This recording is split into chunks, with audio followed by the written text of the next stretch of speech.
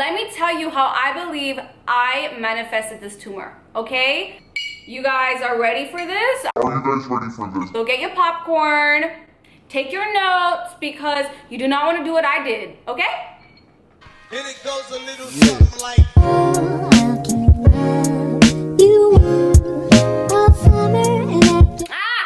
Hello you guys, hello, beautiful Sunday today. So I'm gonna be doing story time, and I love doing story time, so I'm super excited for this video. I'm gonna be telling you guys the backstory before I got my tumor and what led me to have my tumor. I'm sure you guys heard when it comes to law of attraction about, you know, become a millionaire. Just think that you're rich, think you have $1 million, visualize you having $1 million, and you're gonna attract it to your life.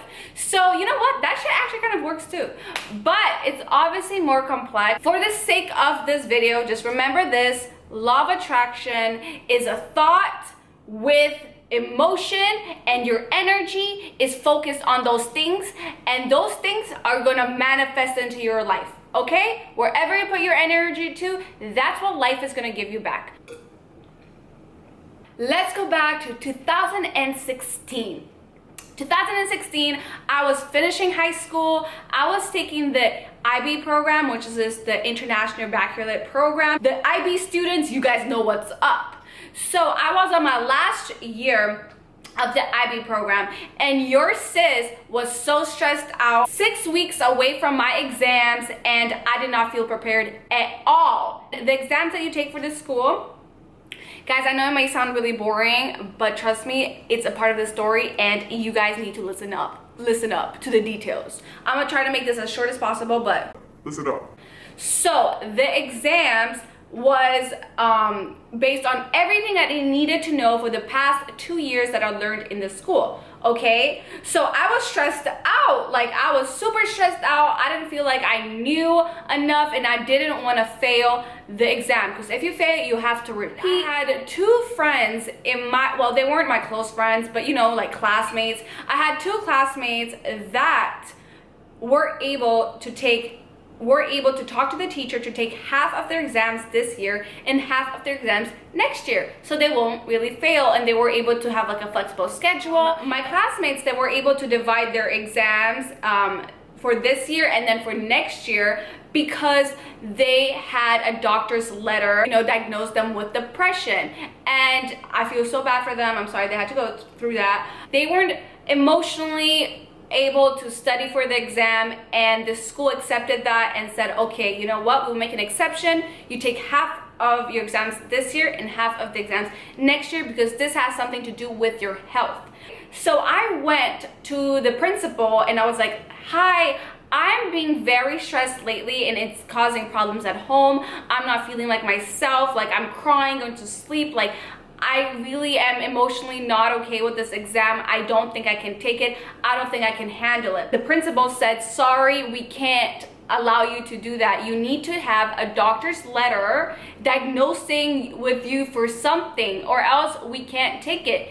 And I'm here thinking, like, doctor's letter? Like, I can't go to the doctor and tell him that I'm stressed. Like, you know, I wasn't suffering from depression or anything, and thank God I wasn't, you know. How am I gonna find a doctor's letter? Okay, so I'm like, go to the teacher again. I'm like, hi, please help me out. Like, it's making me so stressed. I'm not prepared for this exam. Please, please, please, please. Like, I'm crying every night. I don't know what to do.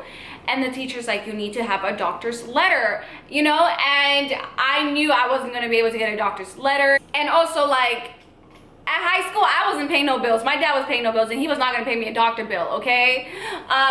So I was like, God damn. And then I remember me being so stressed, and for that week, I kept saying to myself, I wished I had a doctor's letter. I wished. I don't want to go to school. And you guys, I really meant this. I was so stressed for school, so stressed. I had so much negative emotion. I wanted to not take my exams so bad, and I kept saying it every day. I don't want to. I don't want to.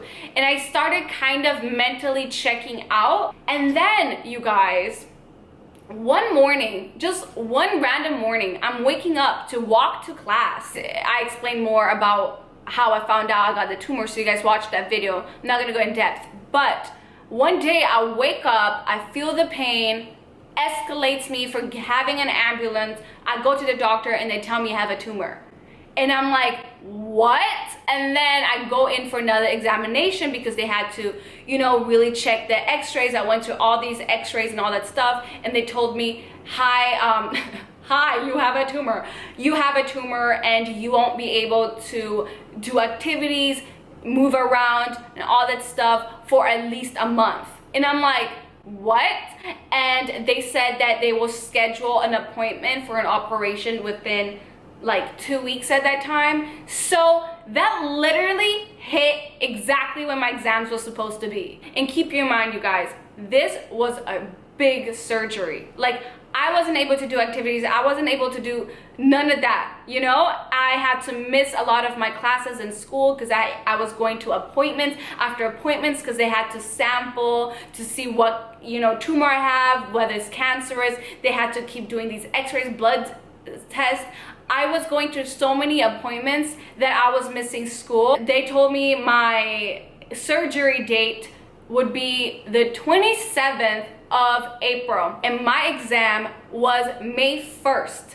And I was in the hospital for a week after my surgery because I was attached to all kind of things. Isn't that crazy? The day I was supposed to take my exam, I was inside the hospital. I just thought it was so crazy how I wanted to have an excuse to not take the exam so bad.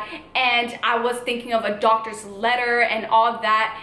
And it was 1 week before I went to the surgery. I went to the principal and I told him I can't take the exams. And he's like, Carol, we already talked about this. You have to take the exams. And it's like, I can't take this exams. And I start crying and I tell him I have a tumor. And he's like, what? And we were both just like, I remember it was that one moment in my life where I was just like, how the fuck did I get here? Whether you guys believe in law of attraction, energies, or whatsoever, for me, that was such an awakening moment. I knew it from that moment that I attracted that tumor. And you know what's the most crazy part? And I'm not saying, this is what I'm trying to tell you guys. Law of attraction doesn't mean that I just formed a tumor in me, because that didn't happen. The doctors told me that I had this tumor since I was born. I had a teratoma. The size of my tumor was so big that they, you know, assumed I was born with it because it grew while I was growing through life. And just to know that I had this tumor all along, eventually I would have found out, eventually. But the fact that my emotions, my thoughts were so invested in wanting to have a doctor's letter, wanting to have a way out of the exam, that it actually happened. I actually manifested this.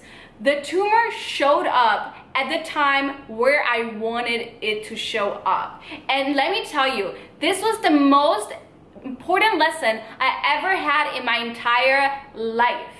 After my tumor, I saw life so differently. I saw how much my emotions, my thoughts played a role in my reality.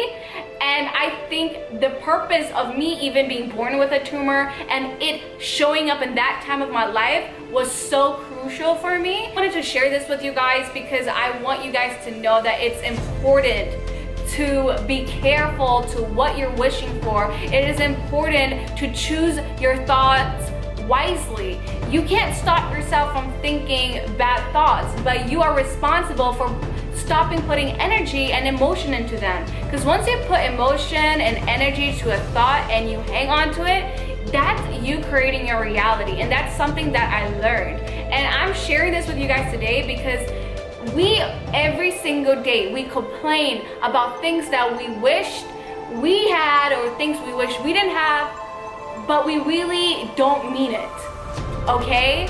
So listen to what you're saying, listen to what you're asking the universe, because I'm telling you, the universe will give it to you. And the great news is that you can use this law of attraction for great things. I'm not saying don't ever feel sad. I'm not saying it's bad to think negative. I'm saying be careful what you continuously repeat and what you put your energy to. Focus on the positive. Trust me, don't ask for anything you do not want to have, because the universe will give it to you. I hope you guys enjoyed this video. I just want to say I love you so much, and I'm wishing you a great week. And stay tuned, because more videos like this are going to be coming up. So hit the subscribe button if you guys haven't already. Give this video a like, and let me know if you guys have any stories or crazy manifestation stories down below. I love to read those things. So I'm looking forward to it. Bye, babes.